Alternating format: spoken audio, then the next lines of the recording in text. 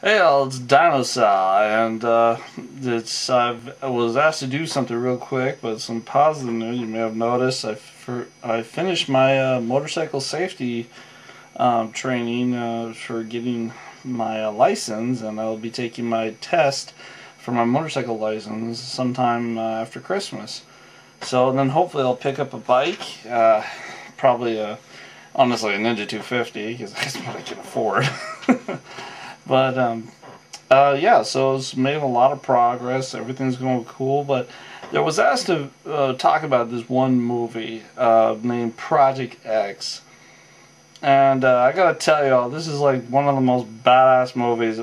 It's completely BS. It would never work out like this. But coming from someone who did throw an epic party, it was huge.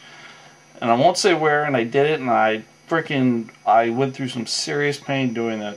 Number one, to any teenager, do not, if you're going to go throw a party, do not do it at your parents' house. Rule number one. Do it elsewhere. Do it at another friend's, not yours. It'll save you so much headache. But the premise of the movie, Project X, was simply to be popular. And their whole wisdom of the movie was they are just going to throw the biggest epic party because they were losers. They weren't going to do nothing. They were just going to, it's just going to be huge and everyone was going to be there. And when I did my thing actually I think deserves more credit because I had about 250, 300 people show up and I didn't have internet. We had pagers. So this particular party was in fictional Pasadena, or not the city of Pasadena. This one took place in Pasadena, and like 1,500 people showed up, and it was everyone they wanted. They did it all by email, Craigslist, you name it. It was so out of control. But really the whole story starts with four friends. One guy named Dax is always camera. Then there's the main character named Thomas, which is the guy who's having the birthday, and they're going to throw the party for. Then you have this one guy, which I never really quite got his name, but he was the guy, I call him Brooklyn because he was total Brooklyn, and he says, I hang out with you guys, and I get nothing. And he said, we're going to totally do this, it's going to be do it. And he was actually a great mediator between all of them, and he kept the things going. Then he had one guy that thought the Men's Warehouse was totally cool. And they go freaking nuts. First, the Brooklyn guy comes into the thing, he's like, they're playing, like, I want some, and then Thomas's mom catches him. What do you want? It was one of those classical teenager, like, oh, did I say that loud? And then they go in there and they steal. Later on, they steal a gnome from some guy because they're trying to get some drugs, and they didn't know the gnome was full of ecstasy. Later on, they found that out because everybody got basically high and drugged out. But really the premise of the whole thing is they want to get popular. Like all typical house parties, they spiral out of control. You get it in a contained area, and then it gets bigger and bigger and bigger and bigger and bigger. And then before you know it, you can't control it, and it gets out of freaking control. And it's kind of like the Keystone Cops, that just one thing goes wrong after another, and it's getting worse and worse and worse. And then after it gets so worse, it starts getting awesome, and then it just goes to another direction that's just so freaking off the map. But it's one of those stupid things that there's probably an element of truth in it because it's just so freaking random. And specifically, I'm talking about the flamethrower guy, where the guy that they stole ecstasy from unknowingly came back in a full flamethrower outfit, just torched his neighborhood. And it's like, that would never happen in real life. Well, I don't know, but it was just so, the whole party was a big, like, what the, just crazy. I mean, everyone was drunk. The girls, they're taking their tops off, and they were originally put a sign up as a joke, and all the girls took it seriously. And it's like, nah, I can say this. I had my epic party. I did not get any action. Of course, I was not doing too well physically at the party, but I did not get any action, which sucked. And that goes back to never throw a party at your house. Big rule.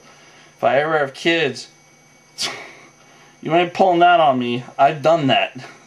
That's one up I have on most parents, is most of them didn't do this, and I did, and I know how to do it.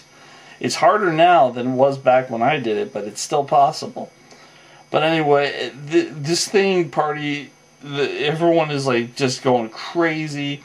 But it's also kind of a love story, because this one guy, Thomas, is interested in this blonde girl, which I never quite got her name.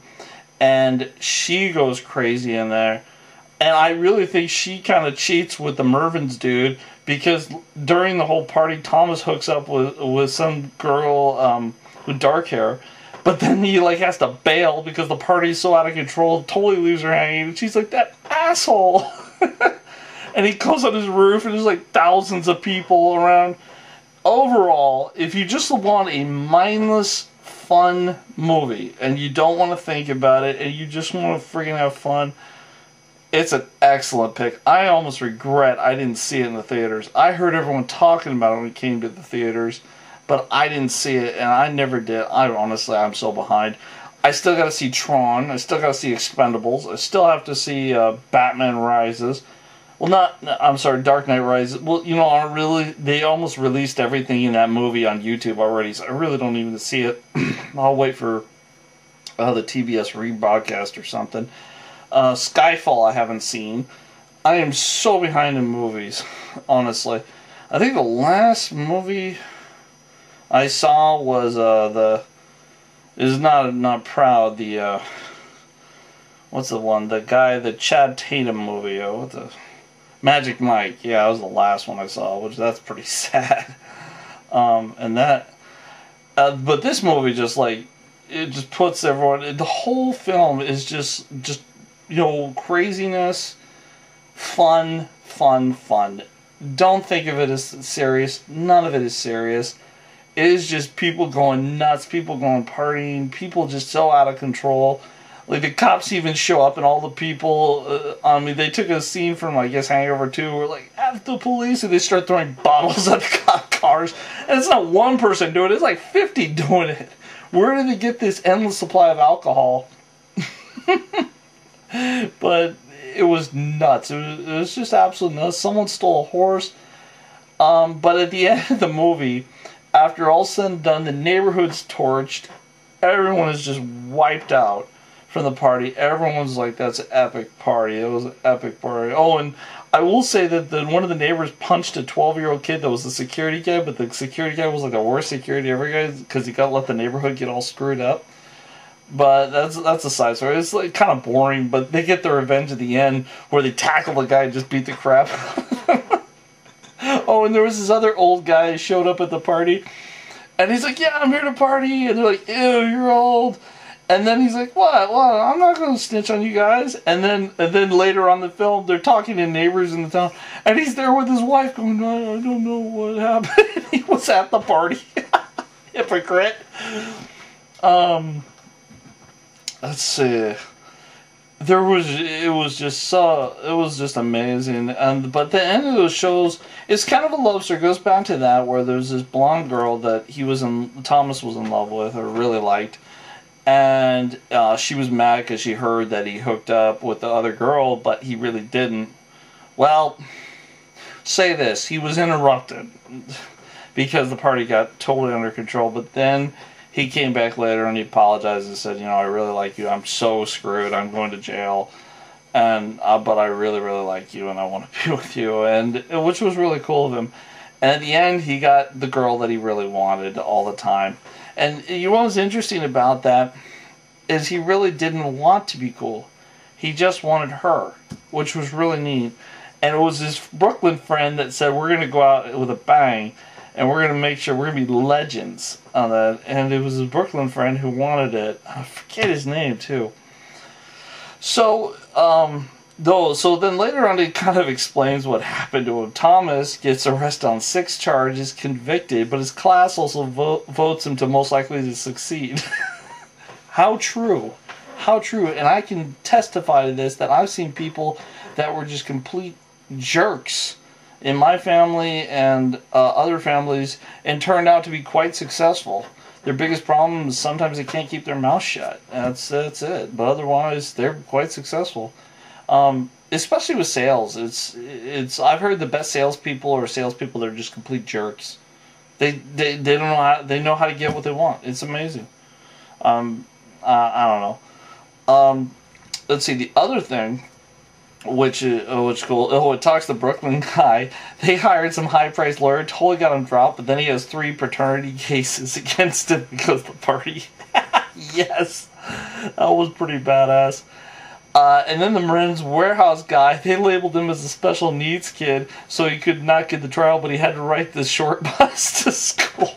I don't know, man. I think I'd rather stand trial. That's pretty harsh.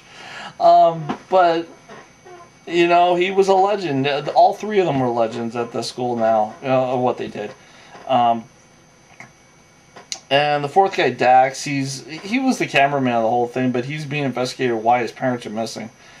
There was not a lot about him, but it was kind of funny. But the real funny, you know, and after the party wrapped up, they did kind of a thing called the comedy credits cutout, where they either show like out clips of them screwing up, or just, you know, kind of a follow up to the story.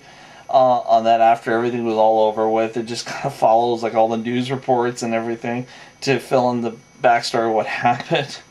I mean, an example would be this, like the ends of credits of Cannonball Run 1 and 2, where they have all the actors totally messing up their lines. But this one, they just took it to the next level, where all the news is like they were talking on the radio. This is the greatest party and all the thing.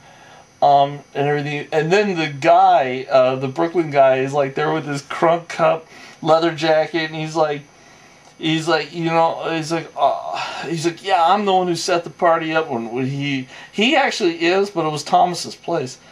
And this, really, I think she's part of the View in L.A. or something like that. She's like, well, I was hoping for an apology. He's like, how about this? How about I invite you to my next party and wear something tight?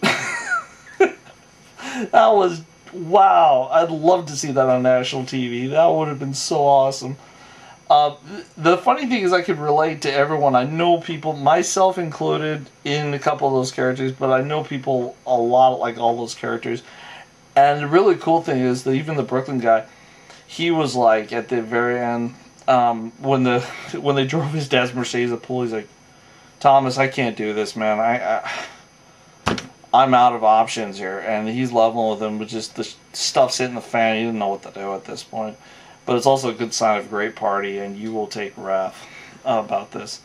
I think his friends kind of punked up when, like, they sent Thomas to face the fire alone. That was kind of jacked. They should have all been there and all faced his dad and his parents for that wrath. But that's typical.